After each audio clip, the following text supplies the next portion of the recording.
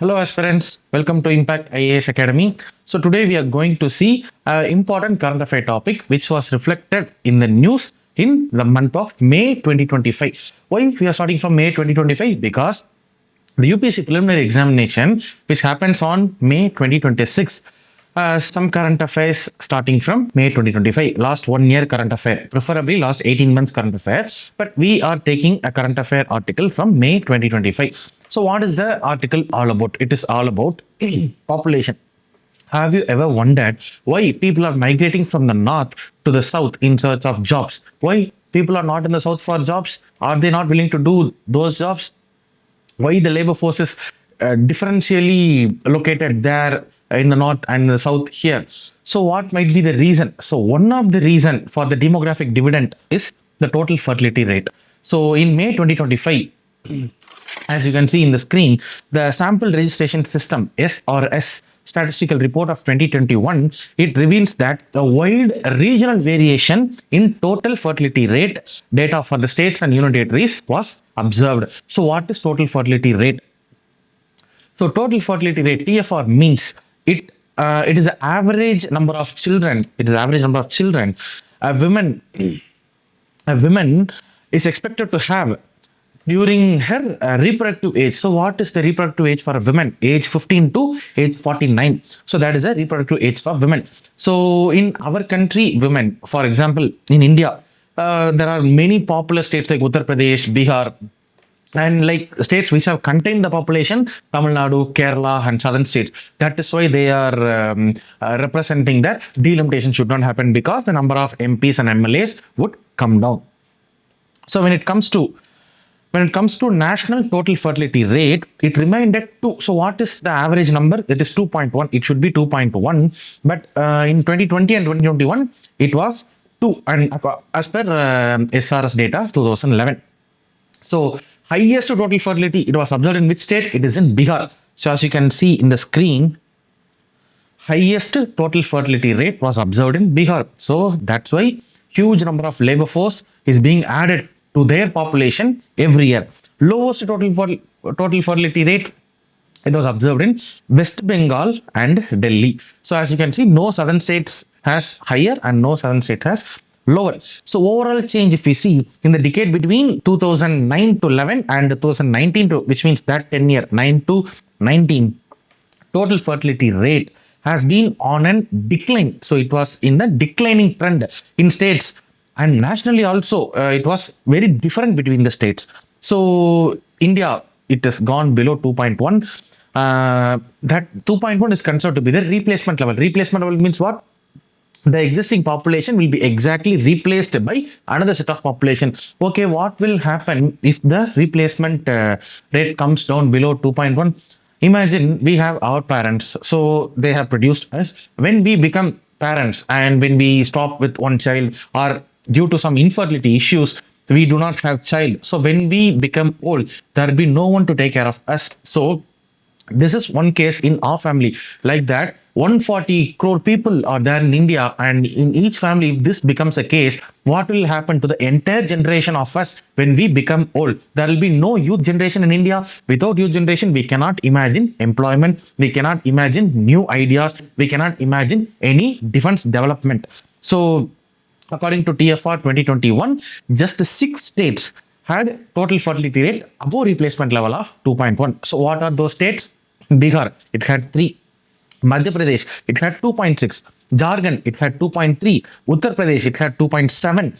Chhattisgarh, it had 2.2. And Rajasthan, it had 2.4. So all the other states had reported a total fertility rate, that is TFR, whether it will be at 2.1 or it will be below only. So all other states. So next concept is crude birth rate. That also changed. India's crude birth rate is presently at 19.3 in the year 2021. That also started to decline.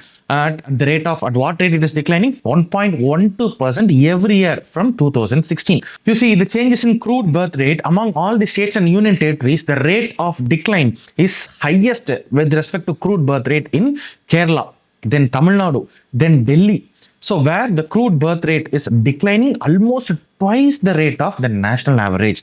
So what are the causes for the regional variation in total fertility rate. So first is socio-economic development. Tamil Nadu is especially well known for social justice, socio-economic development. But here, when it comes to UPSC, we have to be an all India level thinker. So thinking all India perspective. So regions with higher levels of education, especially female literacy, it is very much important. We have very great thinkers from Tamil Nadu. For example, Periyar. So he fought for female literacy, female empowerment. So likewise, especially female literacy and greater economic prosperity tend to have lower fertility rate, because once we get empowered, we might think next generation is not needed or not needed as of now. We can delay the childbirth. So that is one socioeconomic, due to socioeconomic development, we are delaying the process of childbirth. So next one is education attainment. Higher education attainment is associated with the delayed marriage, increased workforce participation, and preference for smaller families, leading to lower fertility rate, because once after completing UG, a female might think that she can postpone her marriage and childbirth because she wants to do master's, PhD, everything. So because of educational attainment, that is a positive way, that there is no negative in it. But still, when it comes to total fertility rate, as per scientific data, these are the some reasons quoted for decrease in fertility levels. Then variation in literacy rate, higher education enrollment has consequent effect on female literacy, total fertility rate.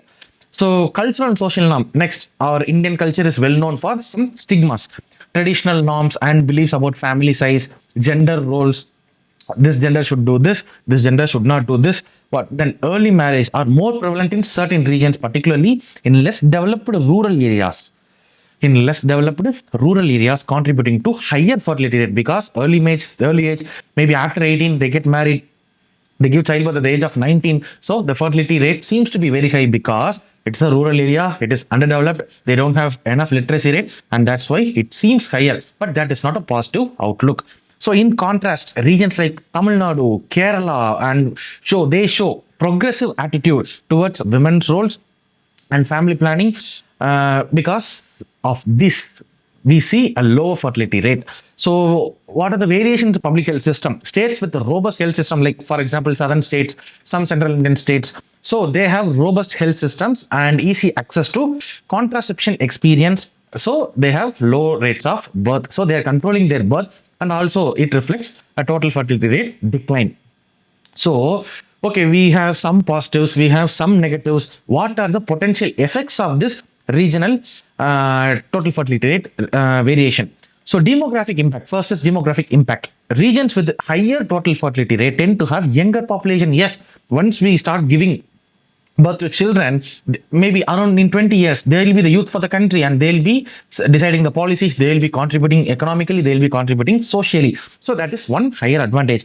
And when it is reversed, when contraceptives are used, when birth control measures are implemented, the negative, there will be no youth generation. For example, in China, once they have implemented population control, youth population started declining, and immediately they reversed the policy. They said that you can have a number of child you want. So then again, demographic impact, it can lead to uneven age structures. Yes, around 60s, people will be very high. Around 50s, very high. Around 40s, average. Around 30s and 20s, very, very low. Uneven age structures across India, affecting dependency ratio. Yes, the older population, ultimately, according to nature, they will be dependent on the younger population once they get old. So that dependency ratio, it will get affected. And long-term demographic stability also gets worst.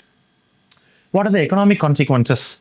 So high fertility regions, for example, Uttar Pradesh, Bihar, so those regions will get pressure. Why? What is the pressure? Because more and more people are going to take birth on the same land they are living, and resources is going to be short. So for resources, for public services, for infrastructure, for everything, competition is going to increase. So potentially, it will slow down the economic development and exacerbate it. It will already, those are poverty enriched states. Many people are living in poverty as per the reports in the states of Uttar Pradesh and Bihar. And this high fertility will ultimately lead to more poverty in those regions. So what about low total fertility regions like Kerala, Tamil Nadu? They may face labor shortages, yes, because we don't have enough youth. We have to hire labor from the north, for example, Uttar Pradesh, Bihar, Rajasthan, Madhya Pradesh, Chhattisgarh, Odisha, for everything, for East, Central India, North India. We have to get labor. We have to hire the labor from them because we don't have enough fertility rate to produce youth generation to employ them as labor force. So it will reduce the work growth and challenges. Here also, again, economic productivity is challenged.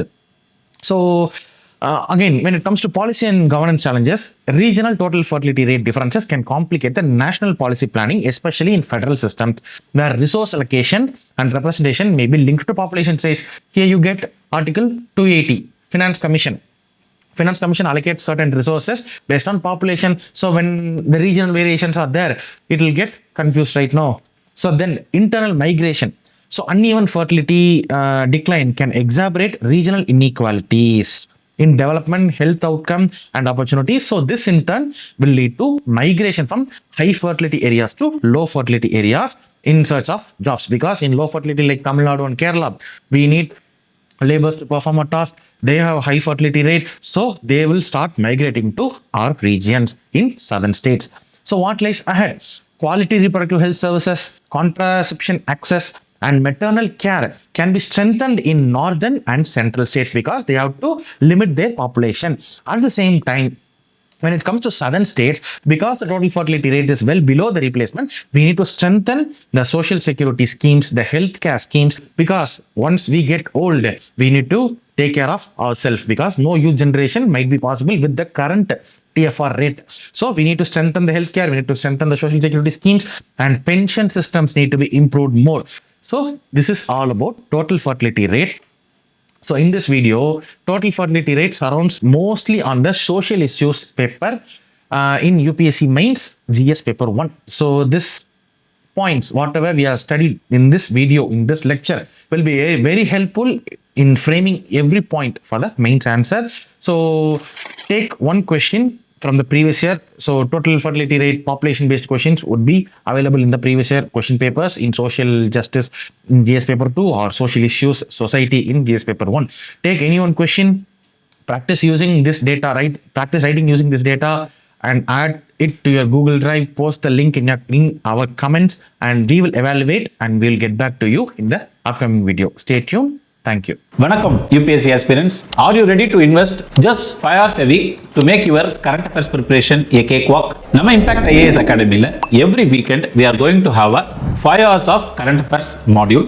இந்த current affairs modules-ல நம்மளோட expert subject wise உங்களுக்காக like polity, economics, international affairs, science and technology எல்லா aspectum they are going to decode for you both prelims as well as mains perspective-ல பண்ண போறாங்க. So உங்களோட weekdays you invest your time for GS as well as your optional preparation. Current affairs எங்ககிட்ட விட்டுருங்க. If you are serious to crack UPSC 2026 Impact IAS ஓட free current affairs module, a must have weapon. For more details, screenல தெரியிற நம்பரை contact பண்ணுங்க. All the very best.